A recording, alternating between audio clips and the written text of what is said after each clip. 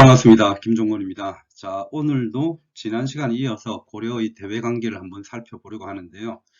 이 사료는 2013년도 16번 문제로서 하나의 자료로 주어진 부분입니다.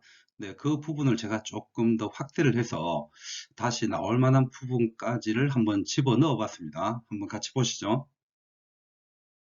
자, 그러면 한자를 한번 보겠습니다. 자, 먼저 금이 보이고요. 그래서 금나라가 이렇게 아마 여기서는 해석을 해야 될 겁니다. 일단 뭐 우리가 한자로 접근한다면 쇠 금자에 그 다음에 새로울 신자에 깨다 깰파차죠. 그 다음에 이거는 요인데요.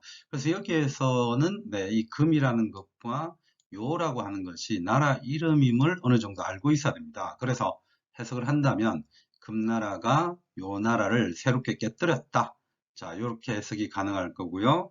자, 그 다음에 뒤에 있는 글자는 견사. 그래서 사신을 파견했다. 자, 그렇게 해석이 되겠죠. 그 다음에 청할 청자가 있고 맺을 결자가 있는데요. 뒤에를 보면은 형제입니다. 그럼 요거는 형제 관계를 맺자라고 해석이 가능하겠죠. 그러면 형제 관계를 맺을 것을 청했다라고 해석이 되겠네요. 자, 계속해서 한번 보실까요?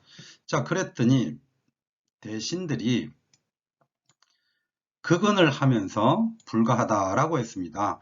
이거는 이제 극렬하게 네, 불가하다라고 말을 했다라고 해석을 하면 되겠죠. 뭐 간단하게 표현을 한다면 대신들은 아니 되옵니다 라고 얘기를 했다고 보시면 됩니다. 그럼 결국은 금나라가 요 나라를 깨고 나서 우리나라하고의 관계, 즉 고려가 되겠죠. 고려에 대해서 형제 관계를 맺을 것을 요구를 했다. 이렇게 볼 수가 있고, 여기에 대해서 대부분의 대신들은 극렬하게 반대했다 라고 얘기를 하고 있습니다. 자, 나아가서 이를 짓자인데 심지어 뭐 나아가서 이렇게도 해석이 가능하겠죠. 뭐뭐 하고자 했다. 그 다음에 목을 벨 참자죠. 그 다음에 그 사신. 네, 그렇게 보시면 되겠습니다. 따라서 심지어 더 나아가서 그 사신들을 목을 뱁시다. 죽여버립시다. 자, 이렇게 얘기를 하고 있습니다. 자, 어떻게 본다면요. 이 이전의 상황이 우리는 조금 알아두면 좋은데, 실제로 2013년도 이 16번 문제에 이전의 자료가 있습니다. 근데 제가 이제, 거기에 나와 있는 자료를 시간 순서대로 배열하지 않고, 문제가 실제로 나온 순서대로 한번 해석을 해보려고 하다 보니, 이게 먼저 나왔는데요. 실제로 우리가 여기에서 금나라라고 하는 나라는 여진인 것도 어느 정도 알고 있어야 되겠죠. 네, 그렇게 봤을 때, 고려하고 여진하고의 관계는 어떻게 보면 12세기 초반에는 우리가 분명히 우위에 있었습니다. 특히 이제 윤관이 별무반을 만들어서 이 여진족을 깨뜨리고 그러면서 동북구성을 만들기도 했었는데, 이제는 그 이유가 되면서 금이라는 나라로 새롭게 탄생을 했고, 힘이 어느 정도로 강성을 해졌느냐 하면 거란이라고 하는 나라가 요 나라를 세웠었는데, 그 요 나라를 깰 정도로 금이 강해진 거죠. 근데 그렇게 이제 금이 강해지면서 우리나라에게 무엇을 요구했다? 형제 관계를 요구를 했더니 대부분의 신하들은 옛날 관계를 떠올렸을 겁니다. 그죠? 우리가 훨씬 힘에 우위에 있었고, 그리고 우리가 바라보는 관점은 여진족은 오랑캐입니다. 이 오랑캐하고 형제 관계를 맺는다는 것은 기존의 어떤 생각의 연장을 놓고 볼 때 불가할 수밖에 없죠. 그래서 대부분의 대신들은 이렇게 반대를 하는 겁니다. 그래서 반대를 그냥 하는 것이 아니라 어떻게 하자? 네, 심지어 그 사신을 죽여버리자 라고까지 하고 있습니다. 자, 한번 다시 깨끗하게 하면서 해석을 해보겠습니다. 금나라가 요 나라를 새롭게 깨뜨렸습니다. 아니면 금이 새롭게 네, 성장하면서 요를 깨뜨렸습니다. 라고 해도 되겠죠. 그러고 나서 사신을 파견하여 형제 관계를 맺을 것을 청했다. 그랬더니 대신들은 불가하다라고 극렬하게 말렸고요. 심지어 나아가서 그 사신들을 참 목을 벨 것을 요구하였습니다. 라고 해석을 하면 되겠습니다. 제일 끝에 네, 자자는 해석을 안 해도 되겠죠? 한번 다른 한자 보겠습니다. 자, 조금 전에 봤었던 한자가 요거였는데요. 이 한자가 실제로 이제 16번에 하나의 포기로 나왔던 자료이고요. 저는 앞으로 요 부분까지도 조금 더 보았으면 좋겠다는 의도에 한번 뒤에 부분을 더 살펴보도록 하겠습니다. 자, 그러면 뒤에 네, 여기에서 부의가 나오는데요. 이것이 사람 이름임을 알아야 됩니다. 이 부의는 누구냐 하면 김부식의 동생입니다. 자, 그래서 김부의가 등장한다라고 보시면 되겠고요. 자, 그 다음에 홀로 상소 올려서 말하기를 이렇게 되겠죠. 자, 이 상소 간단하게 글자 한번 보시면 되겠고요. 자, 그러면 아까 대부분의 신하들이 아니되옵니다 라고 했는데 김부식이 홀로 상소를 올렸다는 것은 뭔가 대부분의 대신들과는 좀 다른 그런 아마 주장을 할 것으로 보이는데요. 자, 보시죠. 신이 그 다음 요거는 이제 도둑질하다, 절도하다라는 뜻도 있다라고 한번 한 적이 있는데요.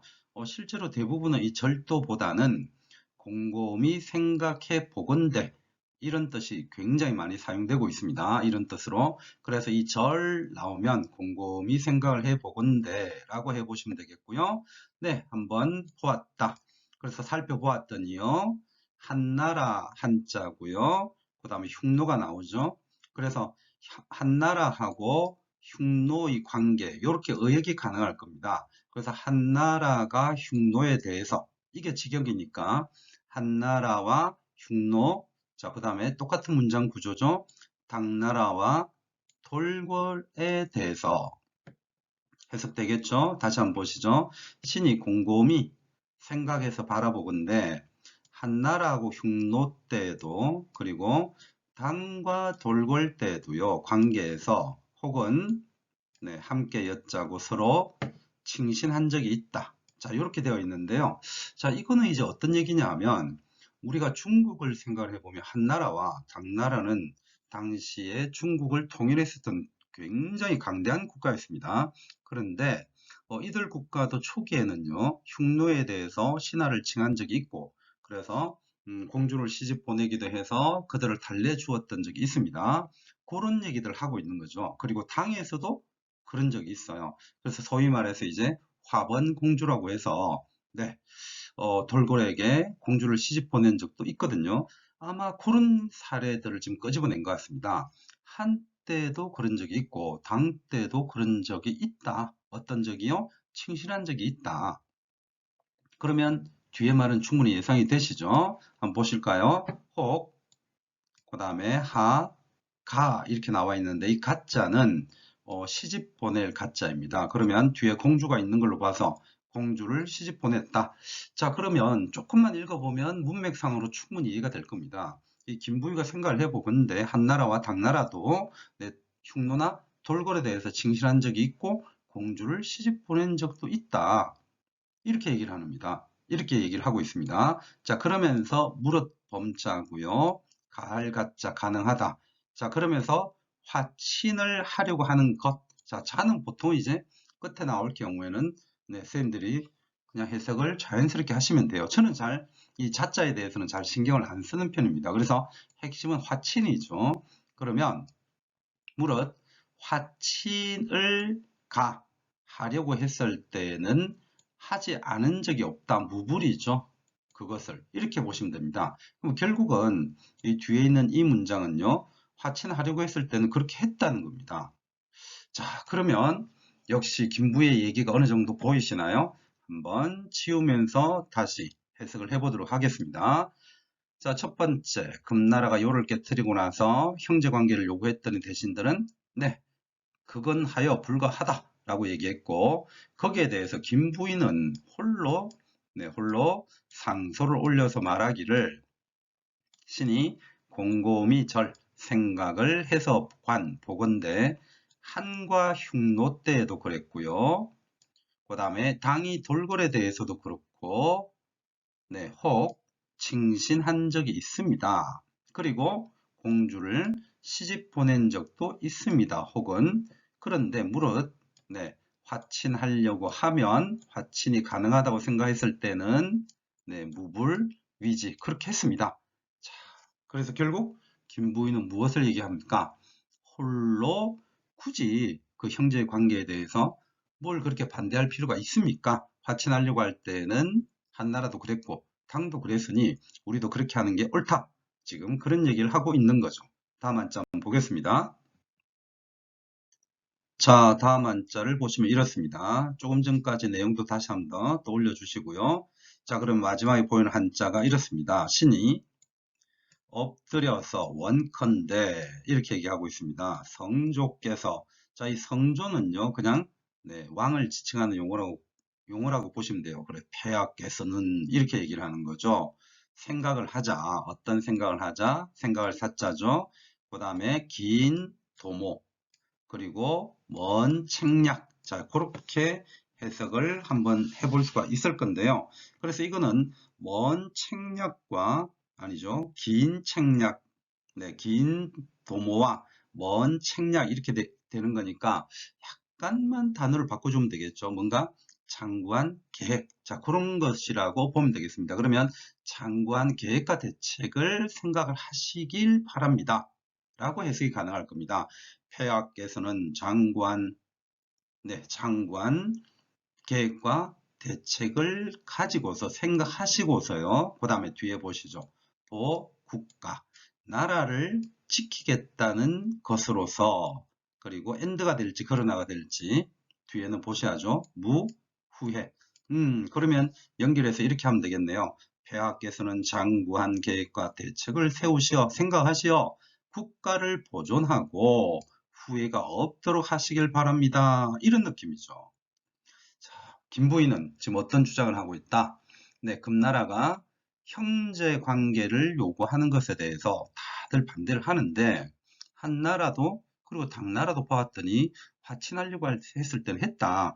굳이 우리가 그럴 필요가 있느냐? 자, 그렇게 얘기를 하고 있습니다. 그래서 마지막에 봤더니요. 재와 추인데요. 자, 여기에서도 재상과 그 다음에 어떤 지도리, 중심 이런 얘기를 하고 있는데 이걸 그렇게 해석하면 이제 해석이 안 되죠. 그래서 역시 고려시대에 대한 약간의 지식이 필요한데요.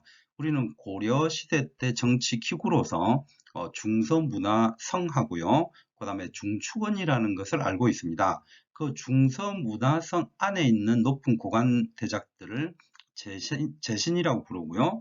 그 다음에 중추원 안에 있는 고관 대작 이품 이상을 추밀이라고 부릅니다. 그래서 여기에서는 재와 추는 중서문화성과 중추원의 이품 이상의 고관 대작을 의미하죠. 그들을 합쳐서 우리는 제추라고 부르고요. 이 제추들이 국가적으로 뭔가 비상사태에 돌입했을 때 모이는 기구를 우리는 도병마사로 알고 있습니다. 그래서 이거는 이제 도병마사에 모인 그들이라고 보셔도 되고요. 아니면 우리가 일반적으로 그들 자체를 그냥 제추라고 불러버린단 말이죠. 따라서 그대로 그냥 제추 라고 해석하지 않고 두시면 됩니다. 단, 재와 추가 무엇을 가리키는지는 알고 있어야만 사실은 되는 거죠. 자, 그러면 계속해서 보시겠습니다. 재, 추는 무, 불, 소, 차, 그 다음에 배 이렇게 나와 있는데요. 자, 여기에서 무와 불이니까 역시 부정의 부정은 긍정이죠. 그러면 웃을 소자입니다. 비웃는다는 의미가 좀 강하겠죠, 여기에서는. 그래서 제추들은 비웃었고요. 그 다음에 또한 차자입니다. 차, 배척하였다. 자, 그렇게 보시면 됩니다. 여기에서 배척하다는 무엇을 배척한 겁니까? 그렇죠. 김부의 의견을 배척한 거죠. 자, 그러면 다시 한번 더 지우면서 보도록 하겠습니다. 자, 신이, 여기서는 김부이죠. 신이 엎드려 원컨대 폐하께서는 장도 원책, 장관 계획과 대책을 생각하시면서 그리고 국가, 나라를 보호하고 그리고요, 후회가 없도록 하십시오. 이렇게 얘기를 하고 있습니다. 자, 그랬더니 제추들이 어떻게 합니까? 웃지 않은 바 없고 비웃었고요. 또한 김부의 말을 배척하였다라고 한번 해석을 해 주시면 되겠습니다. 자, 지금까지 이제 기출에 나왔던 한자 부분에다가 조금 살을 더 붙여서 한번 살펴보았는데요. 사실은 이게 현실적으로 우리한테 결정을 내리기를 요구를 한다면 굉장히 어려운 부분이기도 할 겁니다. 뭔가 자존심을 내세우고 우리가 감히 저들에게 무릎을 꿇는 것 자체를 용서하지 않는다는 것도 실제로 굉장히 옳은 내용이 되기도 하고요. 네, 또 한편으로는 필요에 따라서는 살짝 무릎을 꿇을 수도 있지 않을까. 현실적으로 우리가 어떤 것이 나를 구하는 것이냐 라고 얘기했을 때도 그 의견 또한 그렇게 쉽게 배척할 수 있는 내용은 네, 아닐 겁니다. 그래서 굉장히 네, 선택의 기로에 섰을 때는 좀 쉽지 않았을 것 같은데요. 이런 내용들을 보면서 역시 역사는 교훈적인 측면이 분명히 있는 것 같습니다. 자, 이제 그런 내용을 저희 개인적인 의견을 한번 말씀드렸는데요. 지금까지 봤던 내용은 금나라가 요나라를 깨뜨리고 들어오면서 우리나라에게 형제 관계를 요구하는 그런 상황이었고, 그런 상황이 실제로는 12세기 초반, 그래서 우리가 연도를 한번 생각을 해보면 1117년경, 그래서 예종 때 일로 이 사료는 파악을 하고 있습니다. 그래서 금나라가 힘이 강성해지면서 고려에 대해서 형제관계를 요구를 했을 때 대부분의 신하들은 극렬하게 반대를 했는데요. 네, 김부식의 동생 김부의라는 사람은 그럴 것까지 있느냐? 당도 그랬고 그 이전에 한나라도 그랬는데 필요하면 하친하는 거다. 그래서 형제관계를 받아들이자라고 얘기를 하는 장면이었습니다. 자, 그런 한자 네, 내용까지 한번 기억하시면서 봐두시면 더욱 좋겠습니다. 네, 오늘도 수고 많으셨고요. 쌤들의 합격을 진심으로 기원합니다. 이상 세상의 모든 역사 김종문이었습니다.